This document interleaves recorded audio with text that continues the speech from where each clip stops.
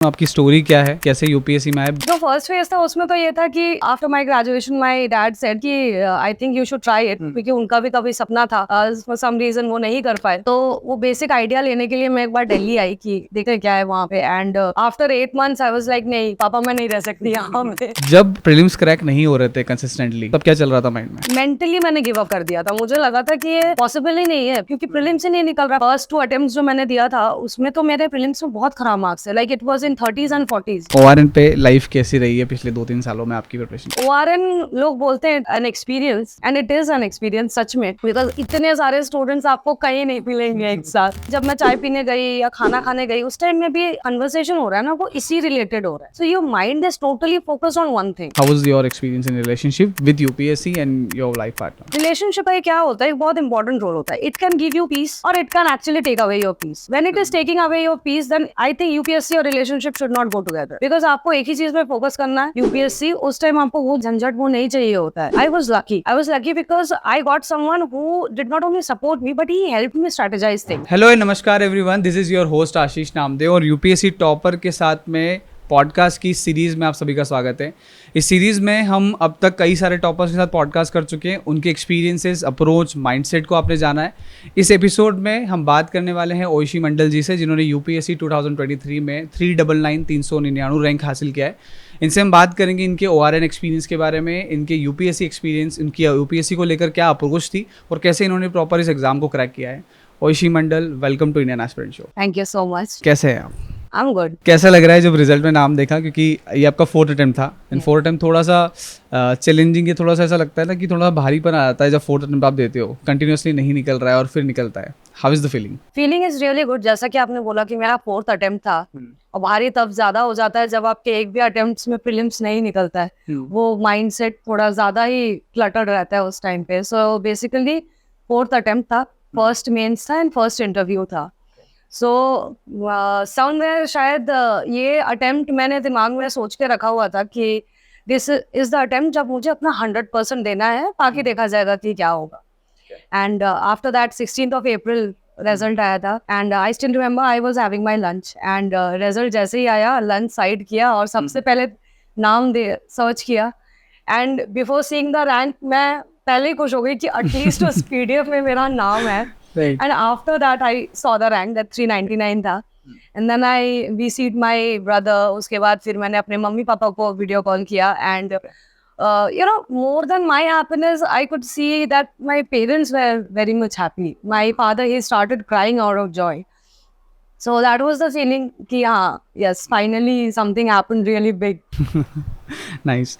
मैं चाहूँगा थोड़ा सा आपका बैकग्राउंड बता दो, मतलब स्क्रैच से शुरू करते हैं इसको, कि एक बार पूरा बैकग्राउंड, आपकी स्टोरी क्या है, कैसे यूपीएससी में आए, बचपन कैसा था, वो पूरा एक बार आप ऑडियंस को बता दो। Yeah, so मेरे फादर ही वर्कड इन LIC, तो उनका ना ट्रांसफरेबल जॉब था। So basically I am born in West Bengal, however I stayed outside West Bengal all my life. Like I have been into Jharkhand. मेरी स्कूलिंग भिलाई से हुई है, छत्तीसगढ़ में, एंड देन फिर ग्रेजुएशन करने के लिए I again came back to West Bengal. So all in all ऐसा था, लाइक बचपन ऐसा था। यूपीएससी के बारे में क्या है कि 2 phases में मेरा यूपीएससी। फर्स्ट वाज जब मेरे पापा को चाहिए था कि मैं यूपीएससी के लिए पढूं, एंड नेक्स्ट वाज जब मुझे रियलाइज हुआ कि हाँ शायद मुझे पढ़ना है यूपीएससी के लिए। तो जो फर्स्ट फेज था उसमें तो ये था कि after my graduation my dad said कि I think you should try it, क्योंकि उनका भी कभी सपना था, फॉर सम रीजन वो नहीं कर पाए। तो आई was like okay fine, I will see. उस टाइम पे ऐसी हमारे घर पे ना ऐसे ब्यूरोक्रेसी से कोई है नहीं, तो बेसिकली हमें ना उस चीज़ का आइडिया नहीं है। जो है गवर्नमेंट जॉब में बस मेरे फादर है, तो वो बेसिक आइडिया लेने के लिए मैं एक बार दिल्ली आई कि देखते क्या है वहाँ पे। And after 8 months I was like नहीं पापा मैं नहीं रह सकती यहाँ पे। यहाँ पे मैं खा नहीं पा रही हूँ अच्छे से, रूम्स छोटे हैं। It was very different from what I have lived in my house. House was very comfortable. I came back. मेरे फादर ने तभी ऐसा कुछ बोला नहीं कि why did you come back. Maybe he was letting me have my experience of my life. तो I did many things in between, like freelancing हो गया, प्राइवेट जॉब्स हो गए।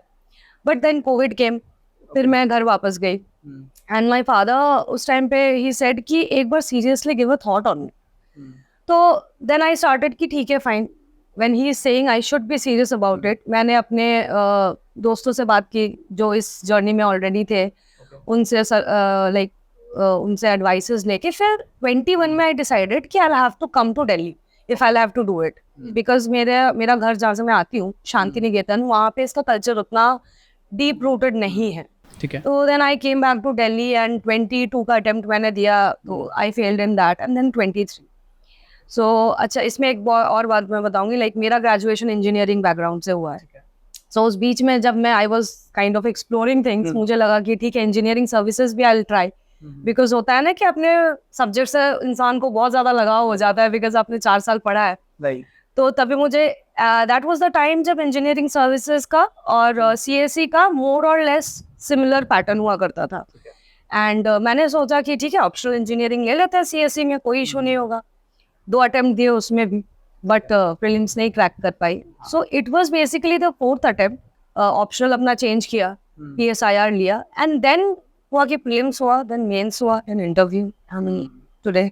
और आपने ऑप्शनल चेंज किया लास्ट अटेम्प्ट में? Last but one, like 21 में जब मैं यहाँ पे आई थी, मैं इसी माइंडसेट से आई थी कि मुझे ऑप्शनल चेंज करना है. फिर मैं यहाँ पे आके आई आस्क्ड पीपल कि लाइक कौन है यहाँ पे PSIR के लिए. तो they said me that Shubhra Ranjan ma'am है. तो मैं उनसे बात की, फिर मैं एनरोल हुई उसी साल. 21 से लेके 22 अगस्त तक वो चला. फिर वो जो अटेम्प्ट था मेरा प्रीलिम्स का, उसमें मैं 2 मार्क्स से रह गई. लाइक ठीक है कोई बात नहीं. फिर 23 का अटेम्प्ट था. Okay, wonderful. एक चीज़ इस पे बात करते हैं कि जैसे एज यू सेड कि 2 फेज़ में आपकी UPSC, फर्स्ट फेज़ में क्योंकि फैमिली है, पापा चाहते थे, सेकंड फेज़ में आप चाहते हो कि UPSC करना है. आई फील कि मेजोरिटी ऑफ एस्पिरेंट्स कई बार इन्फ्लुएंस होकर इस एग्ज़ाम के लिए आते हैं कि फैमिली का सपना था, पापा का सपना था, पापा चाहते हैं मैं IAS बनूँ तो मैं UPSC की प्रिपरेशन कर रहा हूँ. ऐसा कई लोगों के साथ होता है. When did you figured out कि फेज़ 1 में जब आपने प्रिपरेशन की और फेज़ 2 में प्रिपरेशन की, तो पहले तो फेज़ 2 में आप आए कैसे रियलाइज़ किया कि मेरे लिए मुझे ये करना चाहिए अपने लिए, और सेकेंड चीज़ कि दोनों बार तैयारी करने में डिफरेंस क्या था? यस, सो सी फेज़ 1 में आई वुड से मैं मैच्योर नहीं थी. मुझे लगता था कि maybe it is enough to have a job, it is enough कि आप कुछ कर रहे हो, you are happy in your life and all. But मुझे एक टाइम के बाद लगा कि नो मैटर मैं कुछ भी कर लूँ, वो एक अमाउंट ऑफ रेस्पेक्ट जो होता है ना, वो आपको नहीं मिल पाती है. मतलब आपने इंजीनियरिंग कर लिया, आपने टॉप कर लिया, कोई फर्क नहीं पड़ता until and unless you prove it. तो मुझे लगता है वो जो एक स्टार्टिंग वो होता है ना कि एक सीड सो हुआ, वो उसी वजह से हुआ. Because I could C my relatives, like कहीं पे भी मैं जाती थी, आई कुड सी लाइक कि ओ यू डिड इंजीनियरिंग एंड उसके बाद फिर आपने कुछ ऐसा कुछ खास नहीं किया. So I could see that my parents were getting affected by it. तो दैट वॉज द टाइम कि मुझे लगा कि if not me at least they deserve it. They deserve कि वो मतलब यू नो जाके बोले, they should be the proud parent. That was the thing. अब डिफरेंस क्या है मेरी स्ट्रैटेजी में, मतलब फर्स्ट 2 अटेम्प्ट्स और लास्ट 2 अटेम्प्ट्स में. फर्स्ट 2 अटेम्प्ट्स में ना I was doing everything I could but not in a planned way. Like मुझे अगर पढ़ना है तो मैंने मटेरियल ऐसे ही उठा लिए एट रैंडम, वैल्यू एडिशन कर रही हूँ फॉर नो रीज़न, रिविजन भी नहीं हो पा रहा है. लाइक मैंने एक बार अगर पॉलिटिकल लक्ष्मीकांत खत्म कर दिया तो वो फिर 8 महीने बाद निकल रही है. तो वो चीज़ें ना बहुत इफेक्ट करती है. और एक दिक्कत ये थी कि मैं कंसिस्टेंट नहीं थी. लाइक आज मैंने अगर 10 घंटे पढ़ लिए तो कल आई वुड बी लाइक कि मन नहीं कर रहा है, घूम लेती हूँ, सीरीज देख लेती हूँ.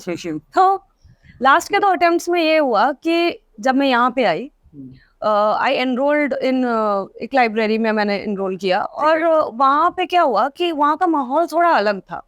अब घर पे बैठते हो, you do not see people around you studying. When you go to library you see everybody studying. तो आप जब नहीं पढ़ते हो तो आपको खुद गिल्टी फील हो जाता है कि यार everybody is studying and you are doing nothing. तो मुझे लगता है कि जो ये डिसिप्लिन एंड कंसिस्टेंसी है ना, ये वहाँ से आई. फिर आता है कि स्ट्रैटेजी. सो आई वुड से कि समटाइम्स आपका you need someone to actually say you कि स्ट्रैटेजी क्या होनी चाहिए. You can not be like all efficient. I would say उस मामले में मेरे टीचर्स थे. My to be life partner है, ठीक है, he has cracked competitive exams, so he helped me with the strategy a lot, that how to study. He's like कि if you keep on studying it will not add up to anything. You'll have to study in a balanced way in the right direction. So that is when that strategy thing came into my preparation, and I think these 2 things, consistency and strategy, it helped me a lot. That's wonderful.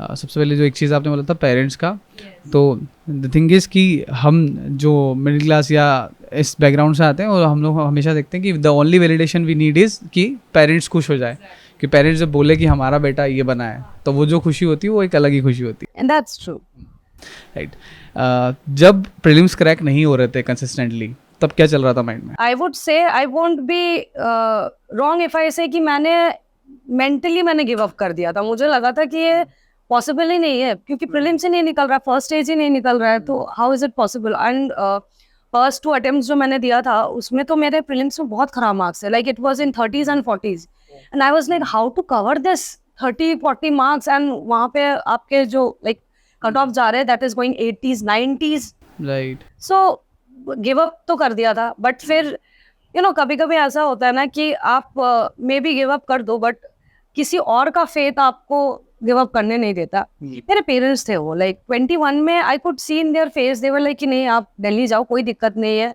ये जो पूरा preparation है any competitive exam, I think financially थोड़ा banking होना is a very big positive, because मुझे उन्होंने कभी ये सोचने नहीं दिया कि बेटा अगर ये नहीं करोगे तो फिर आप कुछ नहीं मिलेगा, एंड आपको यही नहीं पता कि खाना क्या है। ये चीज़ों से मुझे मेरे पेरेंट्स ने एकदम रिलीज कर दिया था कि आप फ्री होके पढ़ो। एंड आई थिंक वो जो एक उनका बिलीफ था ना मुझ में, दैट इंस्टिल्ड अ बिलीफ कि हाँ यार I have to do something. And did you feel like कि जब नहीं हो रहे थे एग्ज़ाम क्रैक, तो जब जैसे रिजल्ट आता है प्रीलिम्स का और आपको पता लगा कि आपका नहीं हो रहा है एग्ज़ाम, कई सारे एस्पिरेंट्स को उससे बाहर निकलने में महीने 2 महीने 3 महीने लग जाते हैं, डिड यू ये आपके साथ हुआ था? नहीं हुआ था। क्यों पता है? क्योंकि बहुत सारे एस्पिरेंट्स को उस दिन पता चलता है रिजल्ट के दिन कि मेरा नहीं हो रहा है। मुझे पहले से पता था कि मेरा नहीं हो रहा है प्रीलिम्स, लाइक फर्स्ट 2 अटेम्प्ट्स की मैं अगर बात करूँ स्पेशली, मुझे पहले से पता था कि नहीं हो रहा है।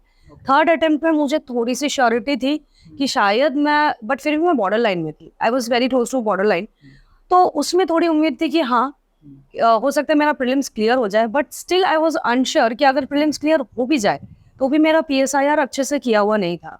तो मुझे इस बात का स्ट्रेस था कि अगर हो गया तो फिर शायद मुझे सब कुछ लगा देना पड़ेगा कि पहले मुझे PSIR कंप्लीट करना है, फिर उसके आंसर राइटिंग करनी है, उसके बाद लिखना है। तो समवेयर मुझे ऐसा लग रहा था कि वो उधर ना ब्लेसिंग इन डिस्गाइज हो गया कि ठीक है नहीं हुआ प्रीलिम्स तो इट्स बेटर कि आप फर्स्ट स्टेज में निकल गया रादर देन कि आप सेकंड स्टेज में पहुंचो या फिर थर्ड स्टेज में, क्योंकि वो जो होता है ना वो थोड़ा सा बर्डनिंग ज्यादा होता है। बिकॉज जैसे जैसे आप प्रोग्रेसिवली स्टेजेस क्लियर करते हो ना, आपके दिमाग में कहीं ना कहीं वो एक होप बढ़ता रहता है, एंड प्लस ऑब्वियसली बाकी लोगों का भी वो आपसे बढ़ता है। राइट। ORN की लाइफ के बारे में बताओ, ORN पे लाइफ कैसी रही है पिछले 2-3 सालों में आपकी प्रिपरेशन? ORN लोग बोलते हैं it's an experience, and it is an experience सच में, बिकॉज इतने सारे स्टूडेंट्स आपको कहीं नहीं मिलेंगे एक साथ। लाइक मैं जहाँ से आई थी वहाँ से इतना अलग था ORN। मैं जहाँ पे थी वहाँ पे लोग ऐसे चाय की टपरियों में बैठ के UPSC तो नहीं डिस्कस कर रहे होते, वो मॉडर्न हिस्ट्री नहीं डिस्कस कर रहे होते, and ORN is all together, आप कहीं पे भी जाओ you will be over hearing those discussions कि आज ये टेस्ट दिया, इसमें ये क्वेश्चन था, ठीक है। एंड प्लस वो एक फ्रेंडशिप जो वहाँ पे बन जाती है लाइक माइंडेड पीपल की, वो ज़रूरी होता है इस, बिकॉज आपको चाहिए कि अगर आप ऐसा एग्जाम दे रहे हो, जितना आप पढ़ रहे हो उससे भी ज़्यादा इंपॉर्टेंट है कि आप जब नहीं पढ़ रहे हो तो आपके दिमाग में क्या चल रहा है। ऐसा तो नहीं कि आप नहीं पढ़ रहे हो तो आपने एकदम सब कुछ छोड़ ही दिया पढ़ाई का और ऐसे बैठे हो कि सीरीज देख रहे। तो I think that helped a lot, that उस टाइम में भी, वो जो गैप टाइम में भी जब मैं चाय पीने गई या खाना खाने गई, उस टाइम में भी आपकी जो कन्वर्सेशन हो रहा है ना वो इसी रिलेटेड हो रहा है। So your mind is totally focused on one thing. Right. And yes, ORN का experience, I will miss ORN. Certainly, I will miss it. Because, it feels so good seeing all those students there. मतलब अपने age group के सारे हैं, and आप किसी से भी बात कर लो सारे वही कर रहे हैं, मतलब काफी अच्छा माहौल है मुझे लगता है। हाँ चैलेंजेस है, जैसे कि हम जो हमेशा घर पे रहे उनके लिए खाने के प्रॉब्लम हो सकता है, बट ठीक है उतना चलता है, उतना चलता है इसके लिए। सही है। What's the best thing happened to you in ORN? I got to meet my life partner, I would say.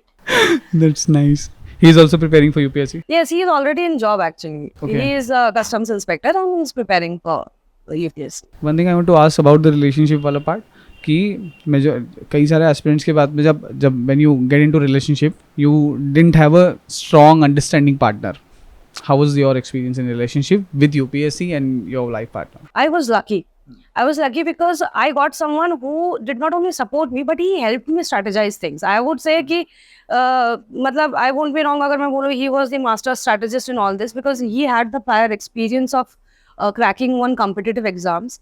And I would say each competitive exam have their similar kind of strategy by the way you study, hours you give to it, tests you give. So in that way I was relationship का एक क्या होता है, एक बहुत important role होता है. It can give you peace और it can actually take away your peace. When it is taking away your peace then I think UPSC और relationship should not go together because आपको एक ही चीज में focus करना है.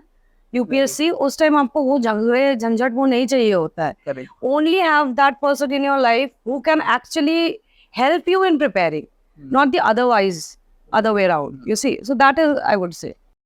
Nice. Let's talk about your prelims preparation.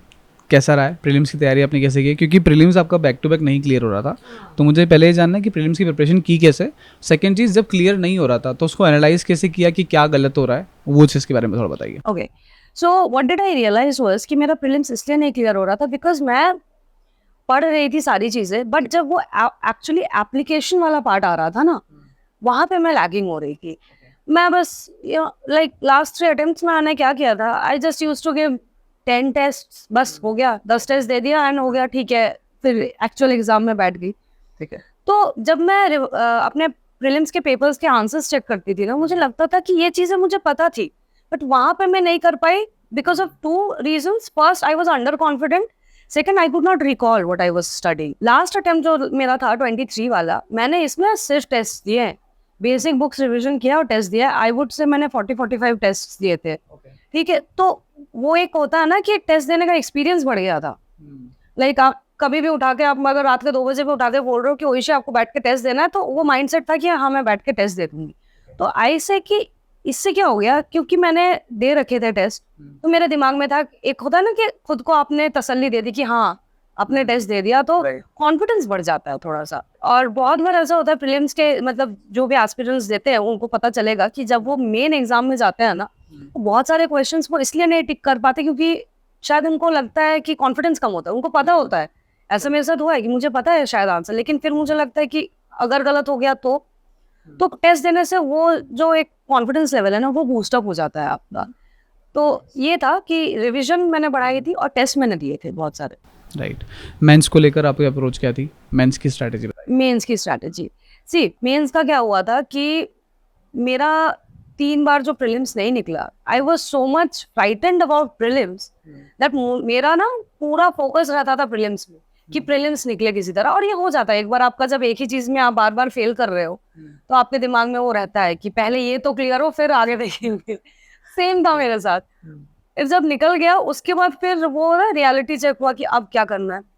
तो starting में मैंने ये किया कि मैंने प्रीवियस ईयर क्वेश्चंस उठा लिए सारे के. मेरे पास एक बुक थी, उसमें प्रीवियस ईयर क्वेश्चंस थे, उसके मॉडल आंसर्स थे. So what I used to do कि मैं उसके क्वेश्चंस पढ़ लेती थी एक पेज में. उस क्वेश्चंस को लेके मैं जितने भी चीजें मुझे पता है, I used to just write it down, not in a paragraph या answer writing format, just a rough format. फिर मैं उसको टैली कर लेती थी जो उसके मॉडल आंसर्स है, कि मैंने क्या एक्स्ट्रा लिखा है या फिर उसने क्या लिखा है जो मैंने नहीं लिखा. ठीक है. तो ये जो चीज़ थी, ये इसने मुझे बहुत हेल्प की. बिकॉज फिर क्या होता है कि आप जब भी क्वेश्चन देखते हो आपके दिमाग में पॉइंट्स पॉपअप होने लगते हैं. सी होता क्या है कि हमने पढ़ा सब होता है, ठीक है, लेकिन उस पॉइंट ऑफ टाइम में आपने जो पढ़ा है वो चीज़ एग्जैक्टली निकल के आ रही है कि नहीं दिमाग से, ये इंपॉर्टेंट है. नेक्स्ट इज, इसके लिए भी मैंने टेस्ट बहुत दिए थे. मैंने फोरम का टेस्ट लिया था, मेंस वाला वो दिया था. विजन का अभ्यास मैंने दिया था. ठीक है. अदर देन दैट PYQs दिए थे. एंड जो बेसिक लाइक जो ऐसे सब टॉपिक्स है जो कि प्रीलिम्स में नहीं थे, मेंस में थे, लाइक आपका इंटरनल सिक्योरिटी हो गया. ठीक है. ये सारे टॉपिक्स के छोटे छोटे बुकलेट्स जो आते थे किसी के कोचिंग के, वो आते ही हर मेंस के पहले, मैंने वो पढ़ लिया था. तो ये था मेरा बेसिकली. मेंस के लिए मैं चाहूँगा प्रीलिम्स और मेंस का आपका बुक्स एंड रिसोर्सेज क्या था, if you like to share that. See prelims में मेरा था फर्स्ट न्यूज़पेपर तो है ही, वो तो लाइक मस्ट है. आप कुछ भी पढ़ो नहीं पढ़ो, न्यूज़पेपर आपको होना चाहिए. इंडियन एक्सप्रेस में पढ़ती थी. ठीक है.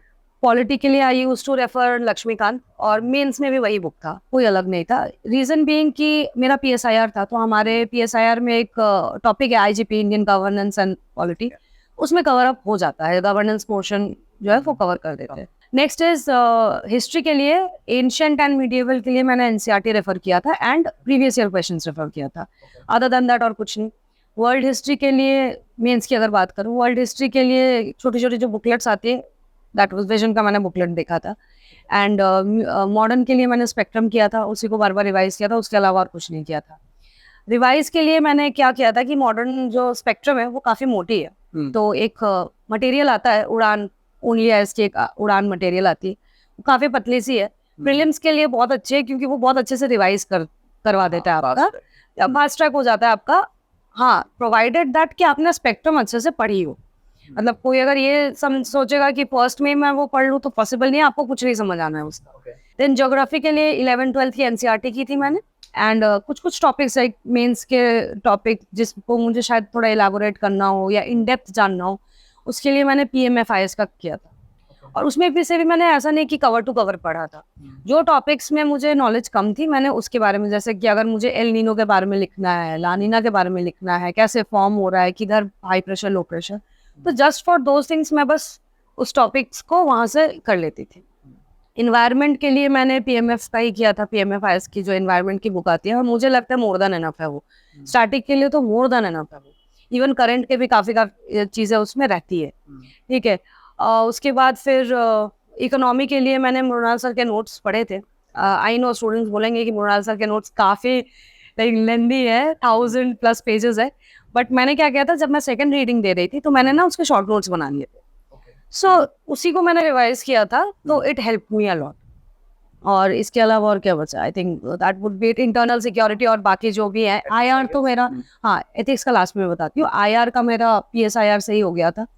एथिक्स का क्या था कि मेरे पास लाइक मैंने GS की कोचिंग नहीं ली थी, तो एथिक्स का मेरे पास कोई मटेरियल नहीं था, लुकमान के भी मटेरियल काफ़ी ज़्यादा थे, तो एथिक्स में मैंने रिलाई किया था प्रीवियस ईयर क्वेश्चन से और उसके जो मॉडल आंसर्स थे उस। एंड केस स्टडीज़ के लिए लुकमान की एक ना 50 केस स्टडीज़ की बुक आती है, मैंने वो देखा था, बिकॉज मुझे था कि लिखते कैसे, अगर केस स्टडी को आपको एनालाइज करना है तो आपको वो कैसे करनी है, तो उस बुक में मुझे वो पता चल गई थी कि ठीक है कैसे करनी है। अदर देन दैट, जैसे कि मेरा PSIR ऑप्शनल था, तो एथिक्स में बहुत काम आता है, बिकॉज हमको थिंकर्स पढ़ना पड़ता है, यू नो, तो उसका नॉलेज भी काम आ गया था। एंड ऐसे के लिए मैंने अलग से क्लास ली थी, जब प्रीलिम्स और मेंस के बीच का जो टाइम है उसमें मैंने विकास रंजन सर से 15 डेज की क्लास ली थी एक ऐसे की, उसमें से भी बहुत सारी ऐसी चीज़ें थी जो मेरे एथिक्स में काम आ गया। सो बेसिकली आई वुड से कि एथिक्स पेपर में ना बहुत सारे varied sources, but mainly previous year questions help me a lot. अच्छा, एक चीज़ जैसे एज यू सेड कि जब हम पहले बात कर रहे थे आपने बताया था कि आप सेल्फ स्टडी आपने की है, जब लाइब्रेरी में गए आपको तो आपको एक वो एटमॉस्फेयर, वो माहौल मिला। एकेडमी आपने की है, एकेडमी कोचिंग वगैरह आपने किया है? कोचिंग मैंने PSIR के लिए किया था। PSIR के लिए, हाँ। ओके। सेल्फ स्टडी के अंदर मेजोरिटी एक चीज़ जो आती है सबसे ज़्यादा एस्पिरेंट फेस करते हैं कि डिस्ट्रैक्शन भी उतना ही होता है कि एकेडमी अगर आप जाते हो तो आप 6 से 7 घंटे 8 घंटे बैठे हो, सब लोग पढ़ रहे हैं, क्लासेस चल रही है, तो आप डिस्ट्रैक्ट नहीं हो सकते। बट जब सेल्फ स्टडी आप करते हो तो आप डिस्ट्रैक्शन के चांसेस सबसे ज़्यादा वहीं होते हैं। How did you manage that? First मैं एक बात बताऊंगी, जैसे जब हम क्लासेस करते हैं, जब मैं PSIR की क्लासेस करती थी, हो सकता है हमको लगता है कि हम बहुत पढ़ रहे हैं, but you have to understand कि जब हम क्लासेस में बैठते हैं we are passive learners, but हम जब सेल्फ स्टडी करते हैं वी आर एक्टिव लर्नर्स। तो फर्क क्या आ जाता है कि पैसिव लर्निंग में ना आपको उस टाइम पे लगता है कि आपने समझ लिया, आपने सब कुछ कर लिया, एंड यू फील कि हाँ, but the next day you forget it, और 2 दिन बाद 3 दिन बाद जिसकी जैसी रिटेन करने की कैपेसिटी है। सेल्फ स्टडी में ये नहीं होता है, सेल्फ स्टडी में आप एक्टिवली पढ़ रहे हो, ठीक है, तो वो रिटेन आपका ज़्यादा होता है। तो इफेक्टिवनेस अगर देखा जाए तो नो मैटर आप कितने घंटे की क्लास कर रहे हो, अनटिल एंड अनलेस आप वापस आके एक बार उसको पढ़ो, वो चीज़ें आपके दिमाग में नहीं बैठेंगी। वो एक होता है ना कि इट गिव्स यू मतलब एक सो कॉल्ड आपको भ्रम होता है कि आप पढ़ रहे हो, क्योंकि मुझे पता है मैं PSIR के क्लासेस जाती थी, मुझे लगता था कि मैंने तो सब पढ़ लिया। जब आंसर राइटिंग की बात आती थी तो I used to be like अब क्या लिखूं मैं, 1-2 लाइन लिखने के बाद मैं रुक जाती थी कि ये तो हो ही नहीं रहा। तो मुझे ऐसा लगता है कि अगर मुझे प्रेफरेंस देना होगा कि सेल्फ स्टडी या क्लासेस की, ऑब्वियसली सेल्फ स्टडी। कोचिंग ज़रूरी है कभी, बिकॉज जिसका प्रायर एक्सपीरियंस है ही नहीं बिल्कुल, जिनके घर में कोई नहीं है गाइड करने वाले, उनके लिए ज़रूरी है। तो उनको ये समझना मतलब ज़रूरी है कि पढ़ना क्या क्या है। तो फॉर देम आई वुड से डिफिकल्ट है, उसके साथ कोचिंग के साथ साथ एग्जाम निकालना इम्पॉसिबल नहीं है, डिपेंड्स ऑन यू। अगर आप 7 घंटे कोचिंग कर रहे हैं और 7 घंटे घर पे आके पढ़ पा रहे हैं, very well and good, but लोग जनरली कर नहीं पाते यार, हम नहीं कर पाएंगे। हम, मेरी तो 3 घंटे की क्लासेस थी, मैं 3 घंटे की क्लासेस में मेरे 5-6 घंटे जाते थे। तैयार हो जाओ वहाँ पे, वापस आते टाइम दोस्तों से बात करो, आके फिर लगे ओके आपने पढ़ के आया तो 1-2 घंटे तो रेस्ट चाहिए ही। तो ये चीजें हो जाती है, एग्जॉस्ट हो जाते हो, टाइम हाँ काफी बिल्कुल लग जाता बिल्कुल है। हो जाता है। तो फिर वो फर्स्ट हाफ अगर आपकी कोचिंग है तो सेकंड हाफ ही आप बैठोगे, भले 1 घंटे की क्लास हो या 2 घंटे की क्लास। तो अगर आपको कोचिंग के साथ साथ करनी है तो आपको माइंडसेट उतना स्ट्रिक्ट रखना पड़ेगा कि वो नहीं कि हम आराम से लीजरली बात कर रहे हैं दोस्तों से। आना है, अपना रेस्ट लेना है, 20-25 मिनट पढ़ने बैठना है। नोट्स मेकिंग स्ट्रैटेजी आपकी क्या थी? नोट्स कैसे बनाते थे आप? मेरा क्या था कि मैं जब भी फर्स्ट रीडिंग लेती थी ना, मैं कभी नोट्स नहीं लिखती थी, बिकॉज मैंने देखा था कि फर्स्ट रीडिंग जब मैंने लिया और नोट्स बनाया ना, तो पूरा बुक ही मैंने लिख दिया था। Like it was for me, मैंने लक्ष्मीकांत का ट्राई किया था एंड आई थॉट कि फंडामेंटल राइट्स इटसेल्फ इतना मोटा था और मेरा नोट भी उतना ही मोटा था। जो वाज लाइक कि ये कैसे काम करेगा। तो जब मैंने सेकंड रीडिंग किया, मैंने नोट्स उसके बाद बनाई एंड बहुत शॉर्ट में बनाई थी। लाइक अगर मुझे फंडामेंटल राइट्स पे नोट बनाना है तो I would just right the article number and वो क्या है बेसिकली, और उसमें अगर कुछ एक्सेप्शंस है तो वो रीजन बीइंग कि अगर बाद में मुझे कुछ नया कुछ भी इसके बारे में पता चले जो मुझे नहीं पता टेस्ट में हो, या फिर मैंने फिर से जब रीडिंग की, तो मैं उसमें वैल्यू एडिशन करती जाऊंगी। तो नोट मुझे लगता है इस तरीके से बनाना चाहिए कि जितना कॉम्पैक्ट हो उतना आपके लिए अच्छा है। आई स्टिल रिमेम्बर एनवायरमेंट के लिए मैं बताऊंगी कि वो PMFIS की जो बुक है वो काफी मोटी है। तो मैं क्या करती थी, हर चैप्टर को पढ़ती थी और उस एक A4 का ना मैं ऐसे हाफ करके उसमें ना एकदम छोटे छोटे लाइन में उस पूरे चैप्टर में क्या क्या इंपॉर्टेंट है मैं लिख के उस चैप्टर के सामने रख देती थी, पिन कर देती थी। और फिर मैंने कभी वो चैप्टर पढ़ा या फिर कुछ नहीं पढ़ा और मुझे लगा कि वो चीजें मुझे वैल्यू एडिशन करनी है, मैंने कर दिया। प्रीलिम्स में ये बहुत कम आया क्योंकि मैं बस वो पेजेस लेके वहां पे गई थी और मैं वही बस देखती। तो इवन आई रिमेम्बर एक कम्युनिटी रिजर्व का भी इस बार प्रीलिम्स में क्वेश्चन आया था और मैं जस्ट वो देख के गई थी। I was thanking my stars कि चलो आई गॉट नाइस। इंटरव्यू की प्रिपरेशन पे बात करते हैं। हाँ, इंटरव्यू को लेकर मैं हमेशा जब भी किसी टॉपर से बात करता हूँ तो I am more curious to know about the interview, क्योंकि मेंस का पेपर सबके लिए सेम था, प्रीलिम्स सबके लिए सेम है, सब ने अपनी अपनी अप्रोच बताई, पर इंटरव्यू सबके लिए डिफरेंस है और सबके अपने अपने अलग अलग ऑब्जर्वेशंस, अपने अपने एक्सपीरियंसेस है। तो इंटरव्यू में आपने क्या ऑब्जर्व किया, कैसा रहा प्रॉपर एक्सपीरियंस? पहले तो आई वॉज वेरी फ्राइटेंड इंटरव्यू को लेके, बिकॉज मुझे था कि ऐसे कभी हुआ नहीं है कि आप इतने बड़े स्टेचर के इंसान के सामने, मतलब आपको पता है जो सामने बैठे वो आपसे बहुत ज्यादा जानते हैं, तो वो एक इटसेल्फ थोड़ा सा फ्राइटनिंग हो जाता है कि आपको वहां पे बैठ के आंसर करना है।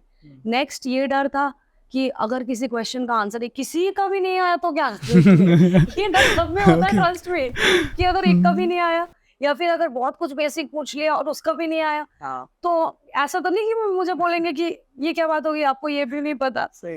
तो मुझे एक्चुअली आतिश माथुर सर से मेरी बात हुई थी इंटरव्यू से पहले और उन्होंने मुझे बोला था कि उन्होंने मुझे बहुत हेल्प की थी डैफ भरने के लिए। एंड ही सेड कि उस डैफ को आप अपना गाइड बुक मान लो, डैफ में कुछ भी लिखा हो आप उसमें प्रिपेयर कर लो थरली। एंड मेरा इंटरव्यू सेकेंड फेज में था, तो फर्स्ट फेज वालों के साथ क्या था अलग भी हो सकता है, बट जनरली स्पीकिंग मैं बोल रही हूँ कि डैफ एकदम कोर ऑफ द डैफ था।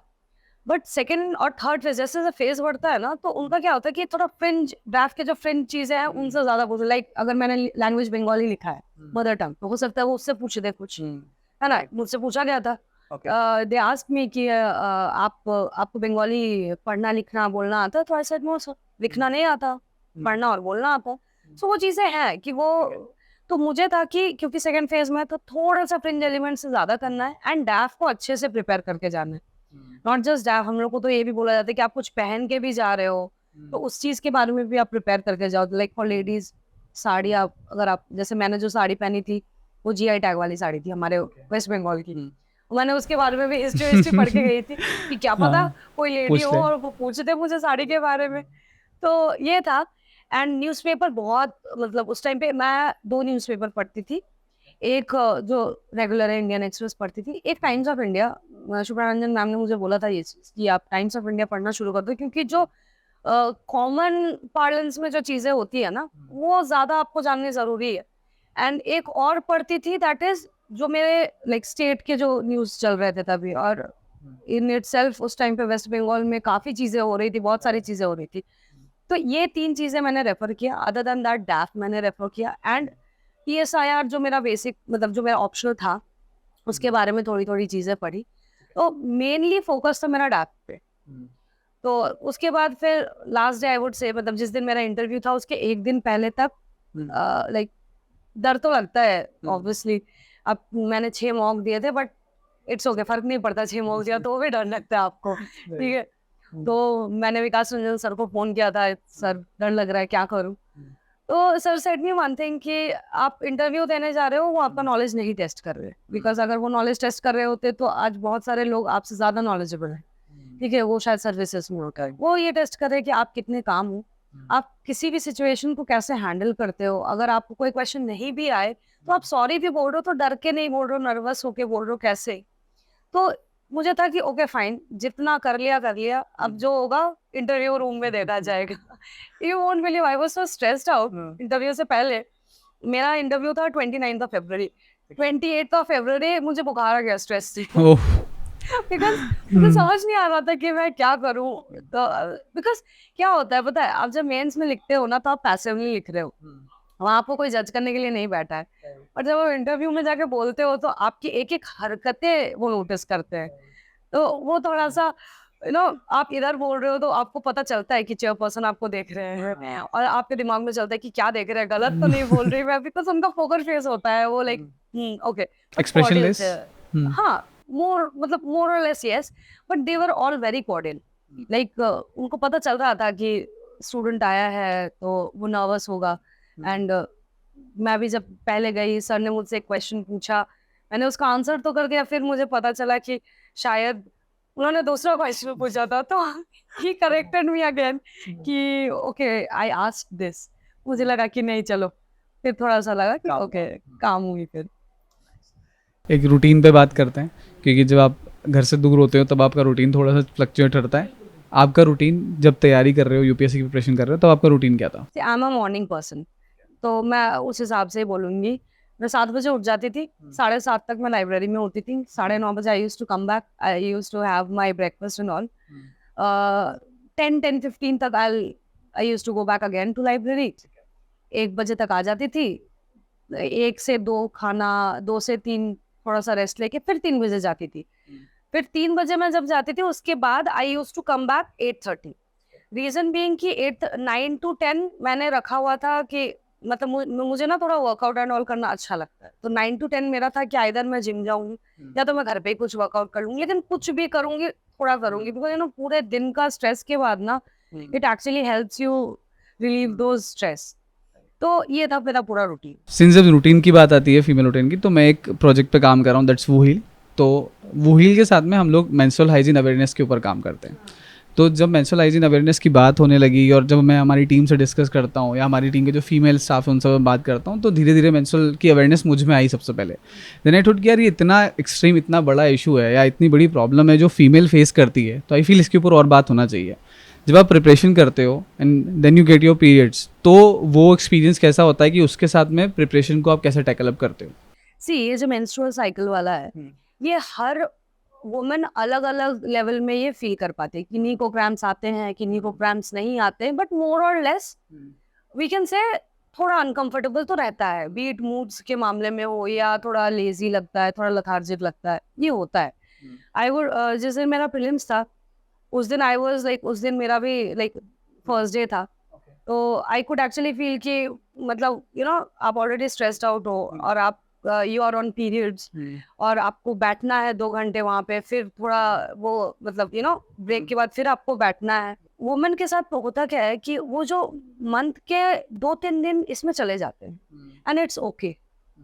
आई थिंक अगर ऐसा कुछ है, टेक रेस्ट, कोई बात नहीं। मुझे अगर कभी क्रैम्प्स आते थे तो मैं पूरा दिन रेस्ट ले लेती थी, बिकॉज अगर आप रेस्ट नहीं लोगे ना और स्ट्रेस में रहोगे ना तो वो चीज़ प्रोलॉन्ग होती है। कोई मतलब नहीं है, जिस चीज़ को आप इग्नोर ही नहीं कर सकते, यू कैन नॉट लाइक, आप नहीं उसको टाल सकते ना, वो है ही, वो that is part of our life. तो मैं कमेंट्स में थे, ठीक है हो रहा है तो I used to take rest कि लाइक 2 दिन मैं कुछ नहीं करती थी। I used to talk to my mom, मेरी मम्मी भी वही बोलती थी कि कोई बात नहीं बेटा, महीने के इतने दिन बाकी है, 2 दिन क्या होता है, कोई दिक्कत नहीं है। तो मुझे लगता है कि इस मामले में अगर ऐसा है तो वुमेन को सी मेंस्ट्रुअल साइकिल में जस्ट बॉडी इफेक्ट हो रहा है ऐसा नहीं है, आप मेंटली भी थोड़े से डाउन फील करते हो उस टाइम पे। तो उस टाइम पे आपको मन नहीं करता कि आप किसी से बात करो या पढ़ाई करो, अपने में रहो, B with your self, it would help a lot. क्योंकि जब थर्ड डे आप पढ़ने जाओगे ना तो आप ज्यादा जोश के साथ जाते हो। That is what I felt. और वो इरिटेशन में मूड स्विंग के साथ पढ़ाई होगी भी नहीं इवेंचुअली। नहीं होगी, आप बस बैठे हो लाइब्रेरी में, कोई मतलब ही नहीं है, बिकॉज आपको क्रैम्स आ रहे हैं, आपको बार बार वॉशरूम जाना पड़ रहा है, तो इससे अच्छा आप रेस्ट ही ले लो। अगर मैं बात करूं आपकी यूपीएससी प्रिपरेशन के 3-4 सालों की, सबसे ज्यादा मजा किस चीज में आया? सबसे ज्यादा मजा, वेल आई वुड से कि सबसे ज्यादा मजा मुझे मेंस के टाइम में आया।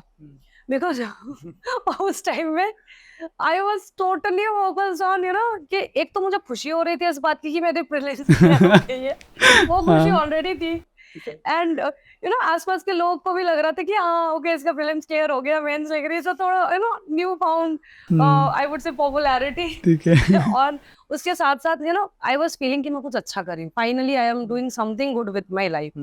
तो या मेंस के टाइम पे मुझे बहुत मजा आया। आई वाज मैं पता है प्रीलिम्स के पहले मैं जितना पढ़ती थी, आई थिंक मेंस के पहले मैंने बहुत पढ़ा है, उससे ज्यादा पढ़ा है मैंने, ठीक है, बट स्टिल मुझे ऐसा नहीं लगता था कि मैं एग्जॉस्ट हो रही, बिकॉज हो सकता खुशी इतनी थी कि आप मेंस लेकर रहे हो। And even same happened with me interview में भी, जब मैं मम्मी को बोलती थी कि मम्मी मैं स्ट्रेस्ड आउट तो हूँ, लेकिन एक बात की खुशी भी हो रही है कि नहीं, मैं हमेशा से उस चेयर में बैठना तो चाहती थी कि मैं ऐसे बैठ के इंटरव्यू दूं साड़ी वाड़ी पहन के, तो खुशी तो अलग हो रही है। डिड यू फेल लाइक जब इंटरव्यू दिया आपने, डिड यू फेल लाइक कि सिलेक्शन हो जाएगा, कॉन्फिडेंस आ रहा था? सी सिलेक्शन हो जाएगा नहीं, मैंने ऐसा नहीं था कि हाँ सिलेक्शन हो ही जाएगा, बट ऐसा भी नहीं था कि सिलेक्शन नहीं होगा। मेरे में था कि मुझे लगा था कि हाँ 180-185 तक दे देंगे, एंड मेरा मार्क्स भी वैसा ही आया, बिकॉज मुझे नहीं लगा कि कहीं पे भी उन्होंने मुझे ग्रिल किया, कुछ नहीं। उन्होंने मुझे जैसे क्वेश्चंस पूछे मैंने उसके आंसर्स दिए, 2-3 क्वेश्चंस के सॉरी बोले, बट ठीक है, मुझे लगा ऑल इन ऑल 180s के अराउंड मिल जाएगा, एंड मुझे लाइक मार्क्स भी वैसे 184 मुझे मिला इंटरव्यू में। आई वाज लाइक कि हाँ एक्सपेक्ट तो कर रही थी मैं कि हाँ ठीक है, वो होता है ना कि एक वाइब आपको पता चल जाती है कि हाँ। That's wonderful. और इसी मुझे बहुत मज़ा आया आपसे बात करके। आई फील की audience has also enjoyed the conversation. I am glad कि क्या होता है ना कि टॉपर्स वाले जो एक सीन होते हैं, ऐसा कुछ नहीं होता है। हम कुछ दिन पहले स्टूडेंट ही थे, ये जस्ट बिकॉज एक पीडीएफ में हमारा नाम आ गया, हम लोग के बारे में बोला कि लाइक इनकी स्ट्रैटेजी है वो, बट पता है जब तक आपका नाम नहीं आता ना उस पीडीएफ में, तब तक आपकी भी स्ट्रैटेजी वो ट्रायल फेज में ही होता है। अब मेरा नाम आ गया तो मुझे लगा है कि ओके हो सकता है वो स्ट्रैटेजी मेरी काम करेगी, बट नहीं आता तो दूसरी स्ट्रैटेजी होती। और सबके अलग अलग स्ट्रैटेजी होते हैं यार, सबके अलग अलग कंफर्ट लेवल होते हैं। मुझे लगता है कि ठीक है टॉपर स्टॉक मैंने भी बहुत देखे हैं, सुनना बहुत अच्छी बात है, क्योंकि यू नेवर नो आपको कहाँ से क्या नॉलेज मिल जाए, बट उससे भी ज्यादा इंपॉर्टेंट है कि आप खुद के साथ भी बैठो, आप किस चीज में मतलब कंफर्टेबल हो। आपको सुबह पढ़ना है, आपको शाम को पढ़ना है, आपको 5 दिन पढ़ना है, 2 दिन मजे करने हैं, you have to figure this out. One more thing, क्योंकि आप टॉपर स्ट्रैटेजी की बात कर रहे हो, तो टॉपर्स की जो स्ट्रैटेजीज होती है, जो जनरली टॉपर्स टॉक या पॉडकास्ट के अंदर रिलीज़ करते हैं, वहाँ पे क्या होता है, कई सारे एस्पिरेंट उसको as it is ditto copy करने की कोशिश करते हैं। बट आई पर्सनली थिंक जब हमने चैनल स्टार्ट किया था तो my ultimate goal is to add value in aspirants life. तो मैंने वो फिगर आउट किया कि जब मेरी लाइब्रेरी के अंदर कोई बच्चा बैठ के टॉपर टॉक देख रहा है और वो एज इट इज़ स्ट्रैटेजी को कॉपी कर रहा है, क्योंकि I use to sit a lot with them कि क्या चल रहा है लाइफ में, कैसा नहीं हो रहा है, तो मुझे पता लगा कि यार ये लोग सिर्फ कॉपी कर रहे हैं और इनका माइंडसेट उस लेवल पे नहीं जा रहा है, क्योंकि सोच उस लेवल पे आप नहीं रहे हो। अगर आपने सिर्फ कॉपी कर ली स्ट्रैटेजी तो शायद वो स्ट्रैटेजी आपके लिए काम नहीं करेगी, क्योंकि सबकी अलग है।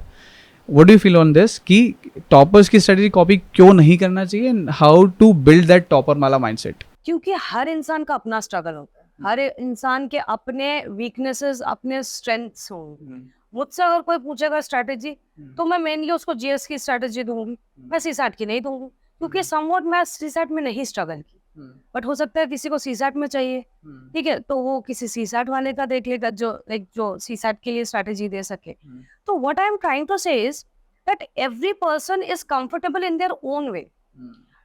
जो भी टॉपर्स हैं, जो भी रैंकर्स हैं, लाइक क्वालिफायर्स जो भी हैं, उनमें से आप बिल्कुल पॉजिटिव एलिमेंट्स लीजिए, but do not copy, because after all, it depends on how comfortable you are, because it is not a छोटा journey नहीं है. It is, you're talking about 1 year, a stretch of 1 year. आप 1 साल तक तभी कुछ कर सकते हैं जब आप एक्चुअली उससे रिलेट कर सके. आप 1 साल तक कॉपी नहीं कर सकते. इट इज नॉट पॉसिबल, क्योंकि उसने जिसने स्ट्रैटेजी बोला उसने अपने कंफर्ट लेवल में बोला. जैसे आई सेड यू कि भाई मैं 8:30 तक आ जाती थी, उसके बाद मैं जिम करती थी, ठीक है है ना. अब हो सकता है अगर किसी को मुझे कॉपी करना हो, वो बोले कि ठीक है मैं भी जिम जाऊंगा, अगले दिन वो दर्द लेके बैठ गया, या फिर उसको लथार्जी लग रहा है कि यार आज मुझे जाना ही नहीं. That is what I am saying, that take good things from everyone, not just toppers, even जो toppers नहीं भी है, who have been into mains, who have been into interviews, हमें सीखने के लिए सबसे हम सीख सकते हैं. उनमें और हमें बस फर्क इतना है कि उस दिन हमें लक फेवर कर गया, उन्हें नहीं कर पाया somewhere. ठीक है, तो learn from everybody, but in your own comfortable way, I would say. आशी, बहुत मज़ा आया आपसे बात करके ना. आई फेल्ट लाइक इट्स कि मैं अपने किसी दोस्त से ही बात कर रहा हूँ. Likewise. I enjoyed the conversation. How was your experience on Indian aspirant show? It was very good. Like, you know, मुझे ऐसा नहीं, this is my first podcast, तो मुझे लग रहा था कि पता नहीं बैठना पड़ेगा क्या कैसे करना पड़ेगा, you will be throwing questions on me, but it was like a conversation. मतलब एक टाइम के बाद तो मैं भूल ही गई कि यहाँ पे कैमरास और ये सारी चीजें. It was just, no, it was nice chit chat, I would say. That's wonderful. Thank you so much for being on You're Indian Aspirant welcome, Show. and thank you for hosting me. Thank you so much. I'm looking forward to host you in more conversations. Sure. Thank you. Thank you so much audience for watching this podcast till the very end. I hope ये podcast से आपको बहुत सारे insights, बहुत सारे learnings मिली होगी, क्योंकि personally मुझे इस podcast से बहुत कुछ सीखने को मिला है, and this podcast has become one of my favorite podcasts on Indian Aspirant Show. Thank you so much once again. इस पॉडकास्ट की सबसे बेस्ट चीज़ें आपको क्या लगी हमें कमेंट सेक्शन में ज़रूर बताएं. कौन सी ऐसी चीज़ें या टॉपिक्स है जिसके बारे में आप चाहते हैं कि हम टॉपर्स और टीचर्स से और ज़्यादा बात करें, वो भी हमें कमेंट सेक्शन में ज़रूर बताएं. Thank you so much once again for watching this podcast till the very and.